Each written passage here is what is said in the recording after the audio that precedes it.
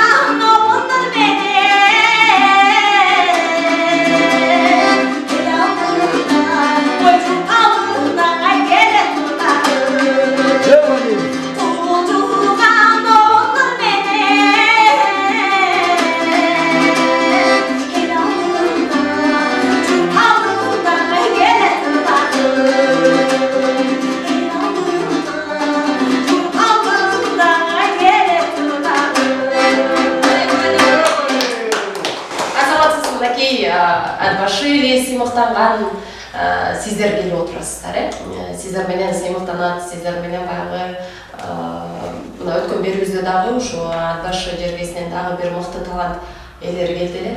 Алардан дагы мына кем калышпайбыз деп бүгүн сиздер келип отурасыздар. Сиздерге терең ыраазычылык, алыс болсо дагы тартып Атбашына келип бергениңиздер үчүн. Келиңиздер эми ошого байланыштуу мен сиздерге дагы суроомду көбүрөөк бербестен ырдаталык, азыр агабызга кезек берсек. Келиңиздер эми мени Сардарбек Жумалиев атабыздын Бульварым аттуу чыгармасын тартуулап коеюн.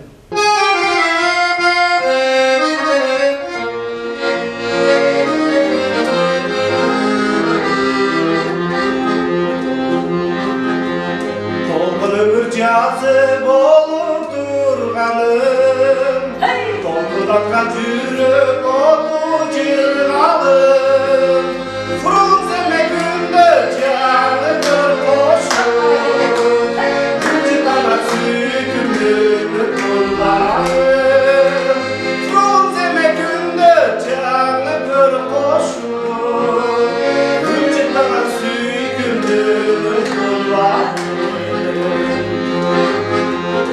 Oğlumdun gülsün sizge ağladım, oğlumdun gülün derin bıyladım, Caymışı şairlarda kul konuğam, Yaşlı geçti saltanatlı boylarım, Caymışı şairlarda kul konuğam, Yaşlı geçti saltanatlı boylarım.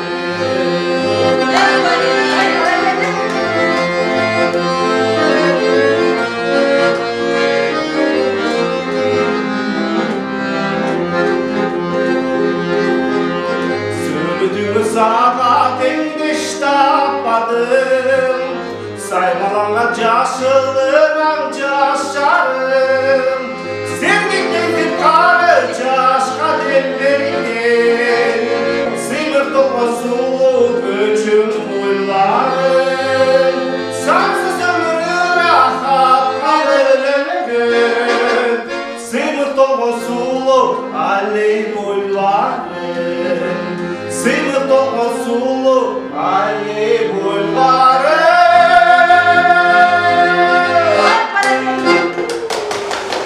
Son abdan жакшы. Мынакей жандуу үн багы азыркы жаштарыбыз көбүрөөк ушул эски ырларды ырдабай укпай калган сыяктуу, анан азыр ушул азыр телекөрүүчүлөрүбүзгө аябай бир жагымдуу маанай тартуулап жатат болушубуз керек деп ишенип турам. Анткени ушундай жандуу үн менен мурунку ырларды ырдап абдан сонун. Сиздерге рахмат. Келиңиз эми Кубаныч байкебизге дагы суроо бергим келип атат. Сизди обончу катары дагы билебиз. Анан азыркы күндө канча обонуңуз бар дегели ошол тууралуу айтып өтсөңүз. Азыркы күндө негизи 8 обонум бар да. Ушу акыркысын ушу апама деп чыгарып, ошону иштеп бүтө элекмин да негизи. Ошо үн түшүрүү жерине келген, аранжировкалары бүтүп даяр болуп калды. Ошо 8 обонум бар. Обондоруңузду азыркы күндө ким аткарып келет? Көбүнчөсү негизи өзүмдүн бир туугандарым, эжем, карындашым, биздин маданият үйүндө иштеген Айтолкун деген кыздар ырдап жүрөт. Ошондо сиздерди багы үй бүлөлүк чыгармачылыкка жакын адамдар деп билсек болот экен. Ошо менин да эжем дагы жакшы чыгармачылыкта жакшы ырдап, тамадалык кылып, карындашым да ошо жакшы ырдайт. Ал киши да тамадалык кылып, ошо борбордо эмгектенип жүрүшөт. Аты жөнүн билсек болобу? Кыдырбаева Гүлзат деп менин эжекем азыр бала бакчада заведующий болуп иштеп атат. Анан мындай эл кызматта чыгып, тамадалык кылып ырдап да жүрөт. Карындашым болсо Мамекеев атындагы ооруканада эмгектенип атат. Анан баары чыгармачылыкта жүргөн киши баары бир жолго кете берет экен. Ошо. Абдан жакшы. Мынакей бүгүнкү биздин меймандарыбыз өтө сүрдөп жатышабы же кандай акылдуу болуп атышат билбей жатам. Бул жерде Жамал эжекебиз дагы же өзү эжекебиз ушундай созулгон сиздердин араңыздарда созулгон эжеке айым катары кабыл аласыздарбы? Кыскасы келиңиздер сүрдөбөйбүз. Болушунча колдон келишинче бүгүнкү эфирибизди шаңга бөлөйбүз, ырдайбыз дегендей. өнөрлөрүңүздөрдү дагы да ошол мынакей эфирден пайдаланып ачып алыңыздар, дагы да өнөрүңүздөр бар, керек десе бийлеп жиберсеңиздер болот дегендей. Анан келиңиздер күлөлүк, жакшы маани айтып отуралык. Эми сөзүбүз куру болбош үчүн азыр келиңиздер жаңы эжекебиз, Рысбай Абдыкадыров агабыздын Сагындым туулган жер сен деген чыгармасын кайрадан коштум.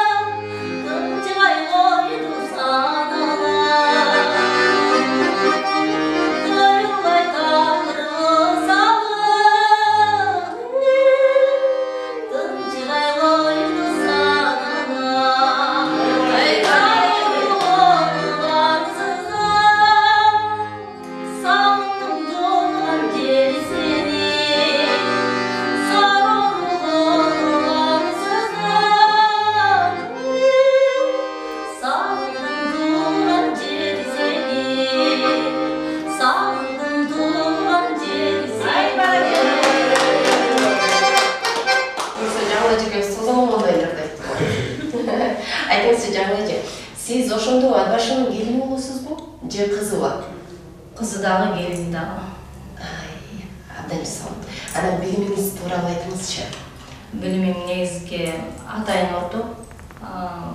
Бишкек шаарында Токтогул Сатылганов атындагы Улуттук филармониянын алдында 2 жылдык студияны бүтүргөм.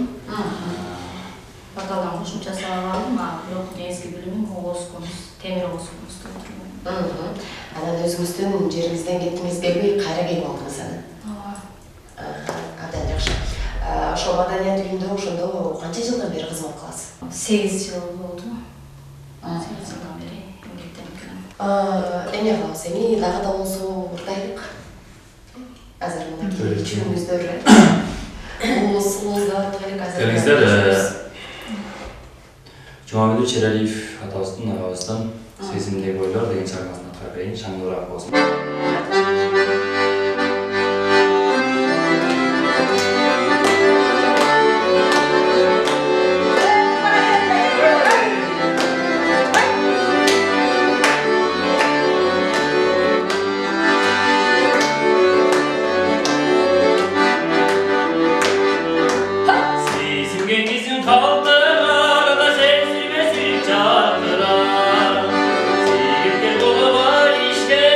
Sürekli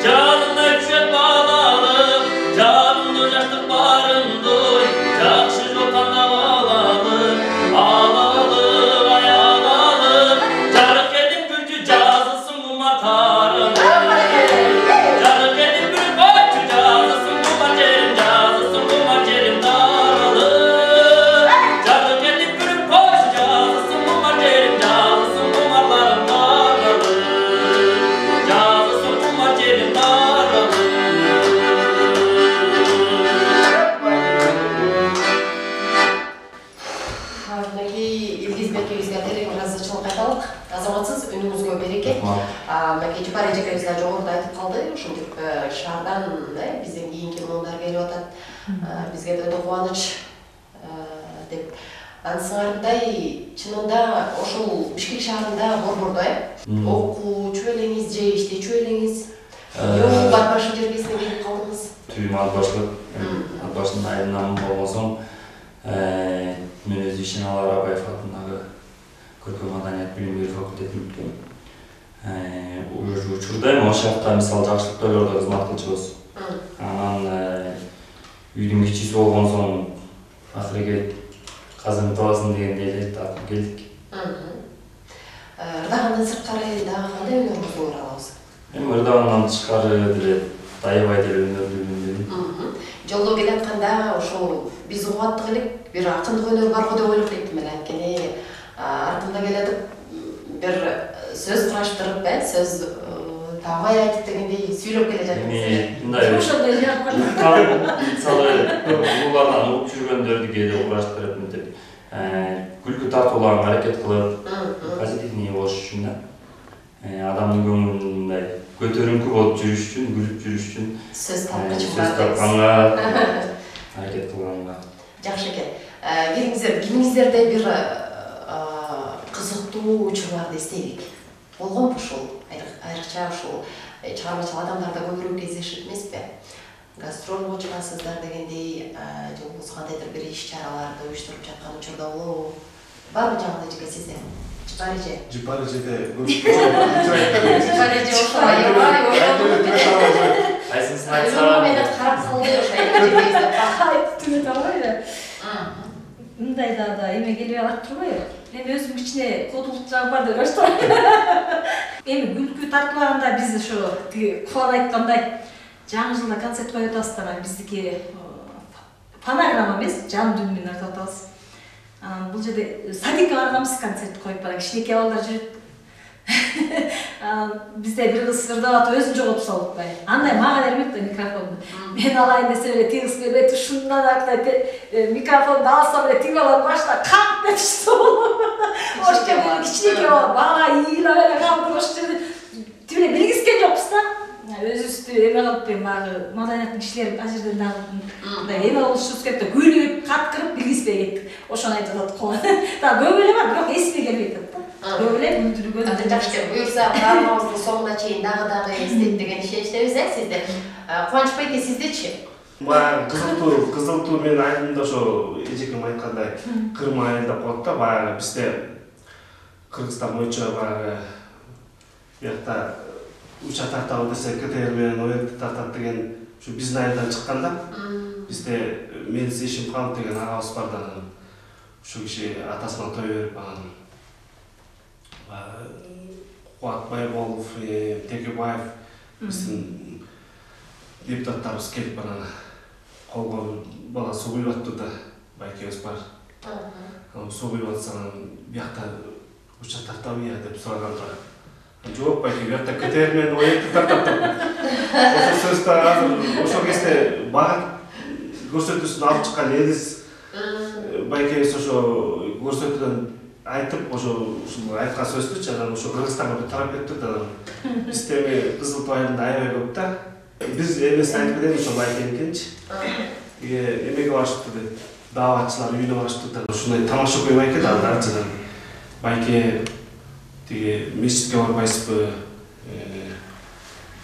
Тиги баян айтат элек, тиги бул десе, жок мен укпайм деп, баян укпайм деген тура. Не вас десе, аккордеон алгам деген тура. Азыр андай ушундай кырып сүйлөйт деп коет да биздин айылдачы. Кырым айылы деп коет да мындай. Булардын айылынан да ушундай окуя болуп атат да, Кызыл Тоо айылынан. Бир ушундай ат тоштуу киши каза болуп калып анан Бишкектен Кермалиев Калкан деген жазуучу атабыз бар да, мектептин аты бар. Ошол киши көз өтүп кетип анан ал жерде деген неме кылып алып барышат да, машина менен алып барат го сөөктөрдү. А булар деген көтөрүп алып барат да. Анан бирөө мынтип коет дейт, апай силерде эмне мындай эме кылып алып барабы, көтөрүп барабыз, анда силерден жетелеп барабы деп да. Ушулардын айылынан чыккан өлө укмуш неме да бул айыл Кызыл Тоонун жырмалары деп. Чынында жергесинен кандай гана таланттуулар, кандай сөзмөрлөр, чечимдер чыккан эмес. Мынакей ошонун урпактары сиздар дегендей. Анан сиздерден дагы чынында мен азыр ойлодум, ошол билдим да, өзүбүздөрдөн карап туруп, чындап эле эжекелерибиз, агаларыбыз да азыр эмне үчүн башынан кызыктуу учурду айтып бербесе болбойт деп анан сиздерден сурап калганым дагы ошол болот да. Абдан жакшы. Келиңиздер ада дагы да болсо бир программабызды шанга бөлөлүп дагы ырдайык, Сиздер үчүн дагы бир жагымдуу ак калпагын булгулаган араңарда чын эле бирөө бар экен,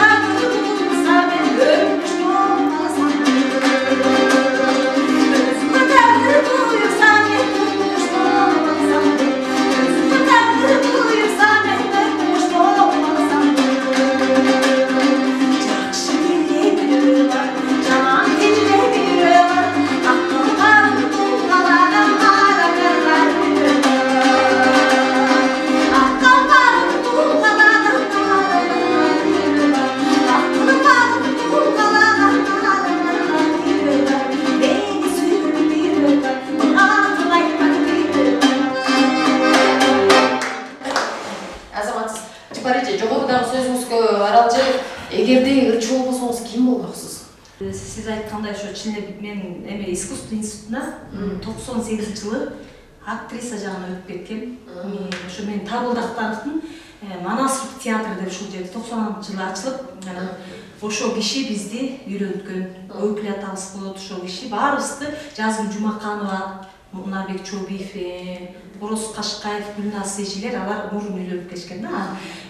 Фарида Имашева, Нурлан Алакмов деп мен жолдошум Табалдиев Мирбек ошо баарыбызды ошо киши үйрөнткөн. Анан мени ошо Табылдактан өкүл атабыз ошо биздин Бишкекке окууга барып, өтүшүңөр керек, силер окушуңар керек деп ошо барып институт эме жагына өтүп кеткем, ошо жана актриса жагына. Эки кыз өткөнбүз, жана Хирем сүйлөгөн кыз бар го, ошол кыз экөөбүз өтүп кеттик. Анан аябай талантың жакшы экен деп ушундан артыдай ташкындап келатканда жолдошум жок, окуй эле кой, кайра бери кел деп. Келе бергем, ошондон кичине эме кылбай калдым окшойт, окубай калдым. Андан кийин кайра искусство институтуна кайра бардым. СКД жагына тапшырып, анда да кичинекей балдар менен эмете албай, ошо окуй албай калып, кайра келип, ошо эми Кудай буйрса, баягы биздин айлыкты да жакшы көбөйтүп койду. Мурун 6600 да былтыр айлык алып атып, банкта турасың, аябай күлдүрдүм элдерди. Кечип коңуздар, биз алып деп баарыбыз очередте турабыз. Бизде бир кыз алып, Жыпар эже деп атпай, Мээржан деген кыз. Эмне болду десем, 25 000 алдым деп атпай. Бизде 6 000, мен айттым ошол жерде эле бар, күлдүрүп сүйлөдүм да. Мен азыр кредит алгандай болгон жокмун да, чалкасынан кетпейсиз. Жыпар эже сиздики көп да, 4 жылдык эмеңиз бар. Мен салып көрсөм 30 000 экен да. Деп туруп 30 000 экен деп ошол жерден аябай сүйүндүк. Биздин ажыбызга рахмат, аябай айлыгыбызды жакшы көбөйтүп койду. Ана буйрса ошо жанагы айтып кетейин, ошо окуп кайра ошо эме кылсамбы деп эме кылып турам. Мына кыздарым чоңоюп, балдарым чоңоюп, 4 балам бар. 4 өтө ырдайт. Жолдошум ошо Нарындын Энгек талаасында болот. Ошо менен ат башыга кеткенбиз да, ошо блок флейтада, чордо, Ямахада баардык эмеде ойнойт, комузда. Жолдошуңуз, Жолдошум менен. Биз баарыбыз ушу Кудай буйрса музыкантпыз. Окуйлук деп ойлоп туруп кайрадан окушубуз керек экен, негизи окуу керек экен да. Ооба. Буйрса. Билимди дагы, билимди кайсы убакыт болбосун баягы жетишесиң дейт. Керек десе азыр 80-70 жаштагы ата эжелерибиз дагы, апаларыбыз дагы бар, билим алам деп чуркап жүргөн. Сыңарындай бул да билимден дагы эртегечи жок экен. Ийгилик каалайык эже. Рахмат. Эмне кылабыз эми? Мен жаңылы эжекебизди аябай сүйлөткүм келип атат, бирок тилекке каршы. Сүйлөйт, жакшы сүйлөйт. Ачыкта жакшы сүйлөйт. Кандай сырлары бар? Суроо берсең сүйлөсүң. Жаңылы эжекебиз дагы баягы буюрса бул эфирден көрүп атып, мен неге сүйлөй койгом, неге мынтип отура бердим экен деп өзүңүздү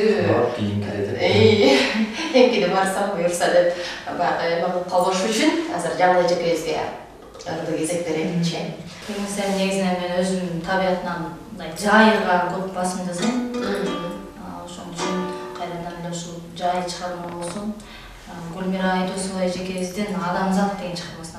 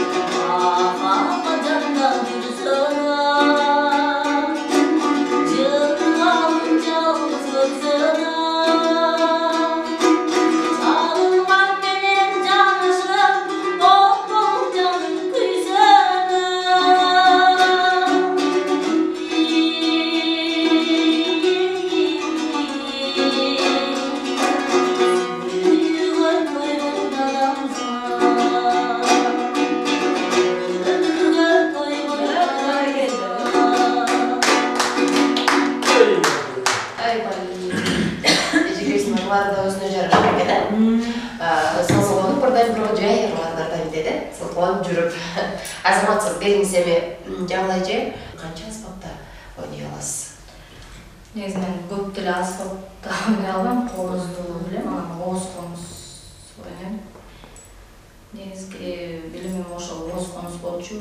Ооз комуздан Жамиля Муратова эжекебиздин апасы Хазима Берикбаевна сабак берген, көзөтүп кетти ал кишинин. Ошол башка деле ойной албайм. Азыр ооз комузуңуз жок, келген жок. Жакшы болмок экен, эжекебиздин дагы бир өнөрүнө күбө боло алган экенбиз. Меники дагы буюрса ооз комуз менен ойнойсуз деген өтө кубаныч.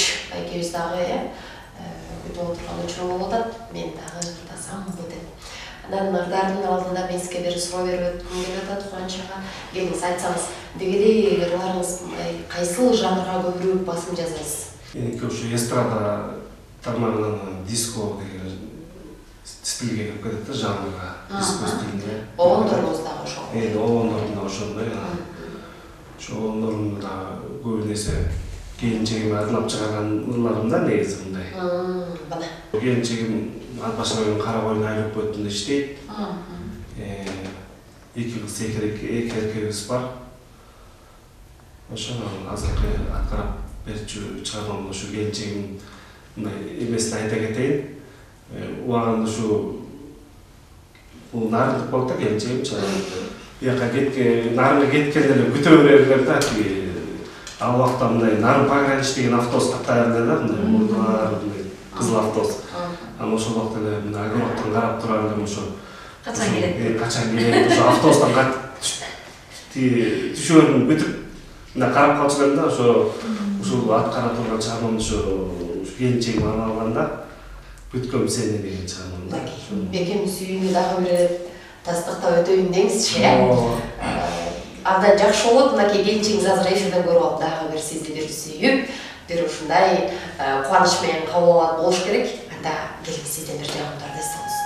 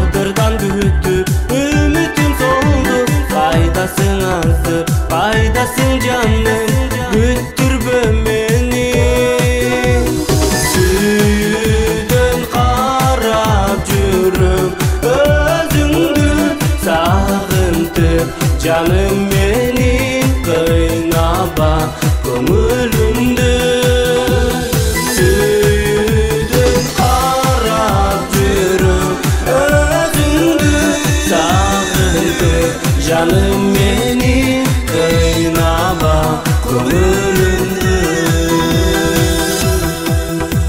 Canımda yoksun yaşımdın günü sağındım seni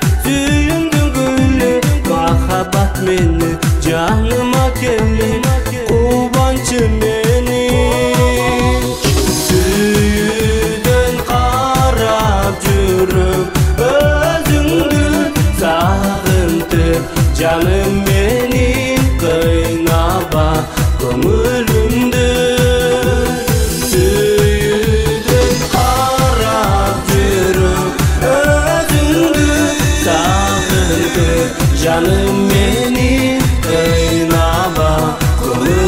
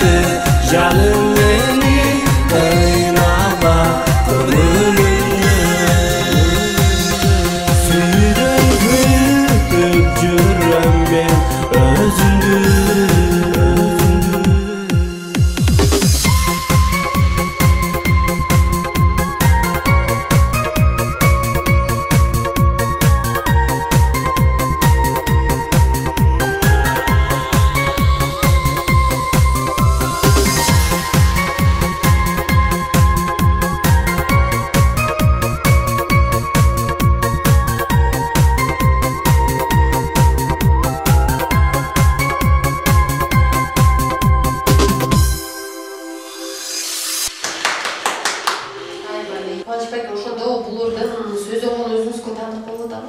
Сөз огону өзүмдүн жерлешим Майрам Молотова деген карындашыбыз бар, акын кызыбыз бар. Ошо карындашыбызга таандык, сөзү огону болсо өзүмө таандык.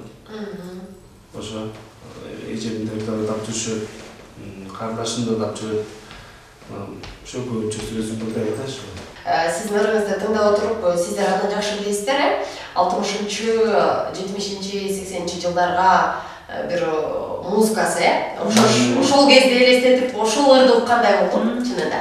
Анан сиз ошол учурга бир окшош турган окшойсуз деп ойлодум да. Мен ошол жылдардагы көбүрөөк аласыз, ошол диско жанрды аябай жакшы көрөм да.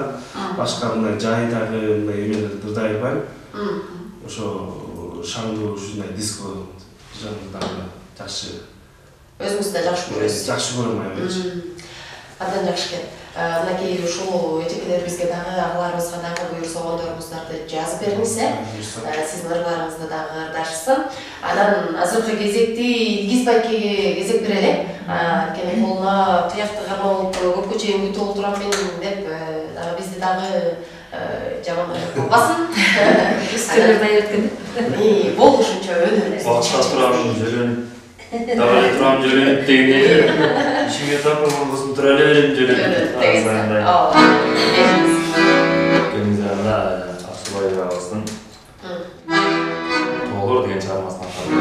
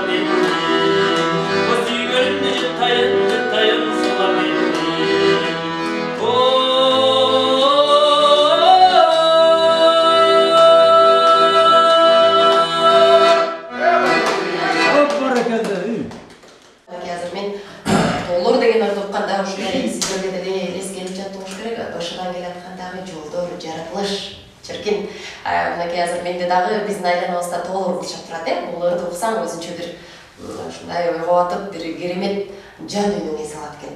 Байкебизге дагы суроо узатайын. Келиңиз, деги эле баягы эл аралык, республикалык деңгээлде сынактарга катышкансызбы? Негизи кайрымдуулук концерттерге катышып жүрөбүз. Биринчи курста группалаштар чогулуп алып, ар бирибиздин өзүбүздүн айылдарыбызга гастролдо чыгабыз. Анан сиз жана башында айтып кетпедиңизби, кызыктуу учурлар деп. Кызыктуу учур ошо көлгө барганда бир кызыктуу учур болгон, эсте каларлык болгон.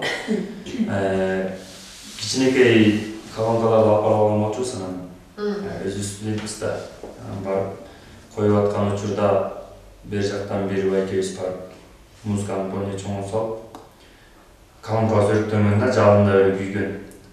Анан ошол күн мындай эске тартылат да, азыркы концерттерди мындай көрүп, ошондой учурлар болсо мындай ошол нерсе эске келет да, ошол учур. Ал кезде ошондой аппаратуранын баягы жетишсиздиги. Ошондой болчу. Баягы эски аппаратуралар менен дагы гастролго чыккан учурлар болгон да. Анан мынакей азыр болсо замандын жакшысына байланыштуу каалаган нерсебизди кайсы учурда таба алсак болот экен. Биздин өткөн программаларыбызда айтып калышчу эле, сахнага чыңгырдап жатсам, туфлимдин такасы колум тешикке кирип кетип анан ооба. Анан ошол жерден же чыгара албайм дейт. Анан ырым бүткүчө ошол бир жерде туруп кыймылдап ырдадым деген дагы көргөн учурлар кездешет да. Анан мындай чынында ушундай баштан өткөн кызыктуу учурлар болуп турат экен. Бул жакшы көрүнүш. Анткени мына ошол учурда кайрадан эстеп турганга. Абдан жакшы. Мынакей программабыздагы соңуна келип жатат. Сиздерге келип бергениңиздерге терең ыраазычылык. Анан ар бириңиздерден бир эркин микрофон берейин деп атам ар бириңиздерге. Деги эле Нарын жергесин, Кыргыз элин куттуктап, жубайыңыздарды, үйлөрүңүздөрдү кошуп дегендей куттуктап өтсөңүздөр болот. Келиңиздер, эми биринчиден сиздерге рахмат. Бизди алып келип ушундай эфирге көрсөтүп атасыздар. Ишиңиздерге ийгилик. Ар дайым ушундай өнөрдү багыттап, өнөрдү баалаган ырчы, комузчу чогулчуларды алып келип жүрө бериңиздер. Аман болуңуздар. Мен да ушу үй бүлөм менен аман болоюн дегендей коллективге дагы биздин өзүбүздүн ушу чыгармачылык ырчы, комузчу дагы бир жакшынакай агайларыбыз, эжелерибиз бар. Ишибизге ийгилик болсун. Ушу аман болуңуздар. Сиздерге дагы ишиңиздерге ийгилик болуп, ар дайым ушундай жаркылдаган ырчыларды, обончу, ошондо Кубанга окшогон жигиттерди алып чыгарыңыздар, баазаңыздар. Сиздерге жакшы көрсөтүү даярдатасыздар. Ошо чыгармачылыгыңарды түшүнүп ар дайым чыгара бериңиздер. Ишиңиздерге ийгилик каалайм. Рахмат сиздерге. Сиздерге терең ыраазычылык билдиребиз. Өлкөбүздө ар дайым тынчтык болсун. Элибизде тынчтык болсун, баарыбыз болот экен дейбиз. Жакшы жагынан болсо керек ушу. Эл арасында катылып жүргөн таланттарды ушинтип бериятчы көргөзмөңүздөргө тынуу эфир боло берсин. Сиздердики Кыргыз элибизде тынччылык болсун, аманчылык болсун, ден соолук болсун, эч ким оорубасын, оор сыркоодон алыс бололу, тизиз жолдон алыс бололу. Ошол сиздерге да чоң рахмат. Буюрса, дагы болсо эфирге келет деген ишеничтебиз. Мынакей биздин сиздер айтып атасыздар, биздин негизги максат ошол эл ичиндеги таланттарды алып чыгуу. Мынакей азыр сиздер деле көп учурда көмүскөдө калып, мындай өзүңүздөр менен казаныңыздар менен кайнай берет экенсиздер. Бирок мынакей азыр бизде канча деген адамдарыбыз көрүп турат.